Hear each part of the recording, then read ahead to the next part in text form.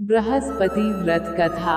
सालों पहले एक गांव में ऐसा गरीब धार्मिक ब्राह्मण रहता था जिसकी कोई संतान नहीं थी। वह रोज नहा धोकर मन से देवताओं की पूजा करते हुए संतान की मांग करता, लेकिन ब्राह्मण की पत्नी खूब आलसी थी। वो न स्नान करती थी और न ही पूजा पाठ। पत्नी की इस आदत से ब्राह्मण दुखी रहता था। ब्राह्मण के धार्मिक गुणों से उसके घर में जल्द ही संतान के रूप में एक पुत्री ने जन्म लिया। उसकी पुत्री भी ब्राह्मण की ही तरह धार्मिक थी। जैसे जैसे वो बड़ी हो रही थी, पूजा पाठ में उसका मन भी उतना ही लगने लगा। वह हर रोज सुबह उठती, स्नान करती और भगवान विष्णु का ध्यान व जप करती थी। इसी तरह वो बृहस्पतिवार का उपवास भी करने लगी। इससे ब्राह्मण के घर की गरीबी भी दूर होती गई। हर दिन पूजा पाठ करने के बाद वह पढ़ने के लिए स्कूल भी जाती थी। स्कूल जाते समय वह अपनी हाथों की मुट्ठियों में जौ भरकर स्कूल के रास्ते में गिराती थी। जब वह स्कूल से वापस घर के लिए आती तो गिराए गए जौ के दाने सोने में बदल जाते थे, जिन्हें उठाकर वह घर लेकर चली आती थी। एक दिन ब्राह्मण की बेटी सोने के जौ सूप से साफ कर रही थी। तभी वहां आकर उसकी मां ने कहा, बेटी, सोने के जौ को साफ करने के लिए सोने का सूप होना चाहिए। ब्राह्मण की बेटी को मां की बात एकदम सही लगी। उसके अगले बृहस्पतिवार को उपवास रखने के बाद उस लड़की ने बृहस्पति देव से सोने का सूप मांगा। ब्राह्मण की बेटी हर बार पूरे विधि विधान से बृहस्पति देव की पूजा अर्चना करती थी। इससे प्रसन्न होकर भगवान उसकी सारी इच्छाएं भी पूरी कर देते थे। इसी तरह उन्होंने सोने के सूप वाली प्रार्थना को भी स्वीकार कर लिया।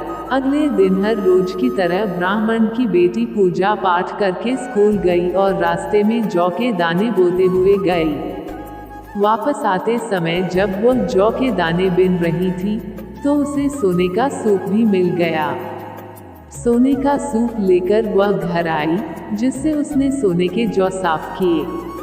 एक दिन इसी तरह ब्राह्मण की बेटी घर के बाहर बैठकर सोने के जौ को सोने के सूप से साफ कर रही थी।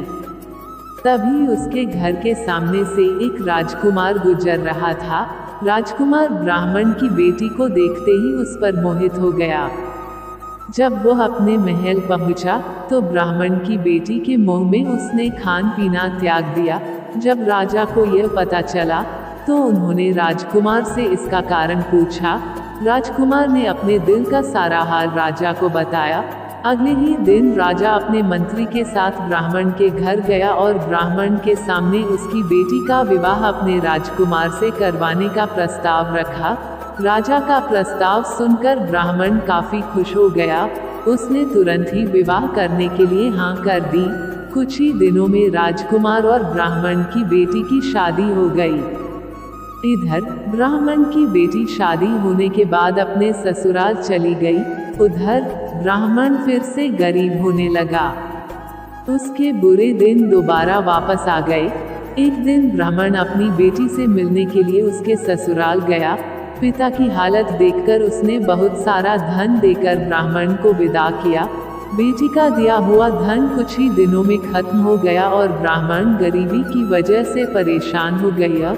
ब्राह्मण फिर से अपनी बेटी से मिलने के लिए महल गया और उसने बेटी को सारी समस्याएं बताई।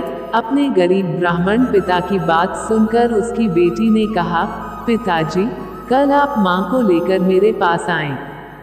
मैं उन्हें बृहस्पति देव के उपवास और पूजन की विधि बताऊंगी। इसे करने से सारी समस्याएं दूर हो जाएंगी। ब्राह्मण ने ऐसा ही किया।